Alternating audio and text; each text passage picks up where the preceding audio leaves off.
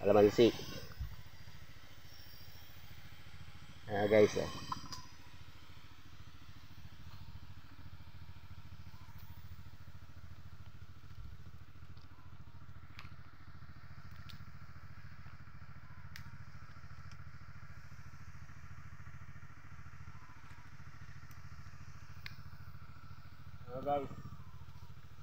naalagaan natin ang bunga ang bulaklak ng ating kalamansi para meron tayong inaantay.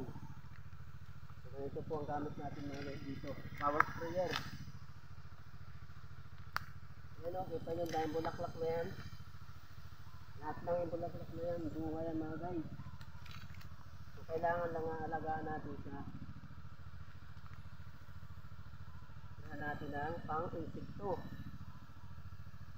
So yan ang daming blessing ko. Ayan o, namumutik-tik sa bulaklak o. Kita nyo naman o, namumutik-tik mga guys o. Kung gaano kadaming bulaklak yan. So ang sikreto dyan mga guys, inaalagaan yan ni spray. Para hindi siya manlaglag. Yun ang sikreto dyan.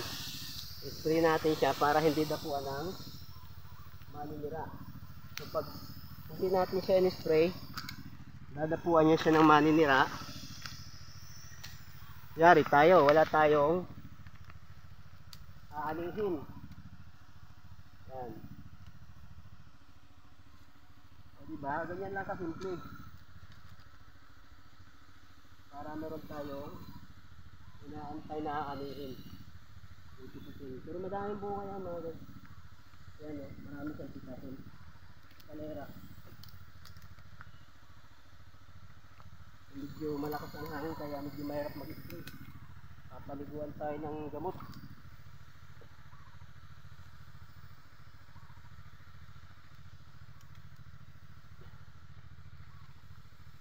So mga guys, magkukonsume ito ng 1 drum. Wala na 200 liter, di 1,600 liter yun. Ang inuubos na rin na tubig. 1,600 liters na tubig ang inuubos ko mga guys. Sa hektarya ang kalamansian.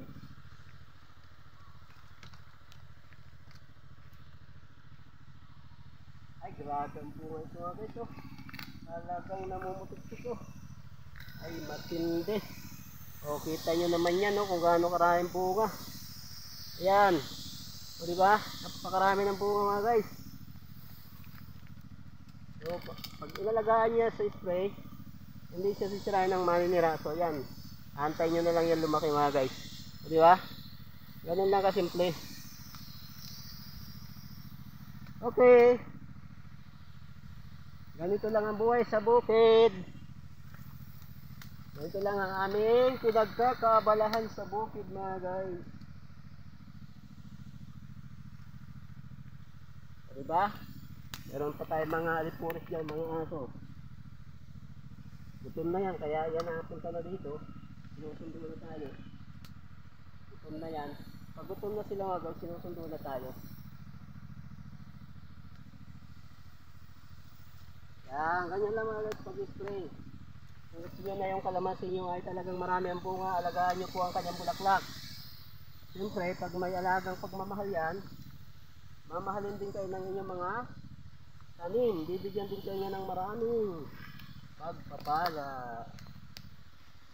Ayan mga guys, o diba ganyan lang kasimple mga guys. Parang lang naglalaro dito. Okay, thank you for watching.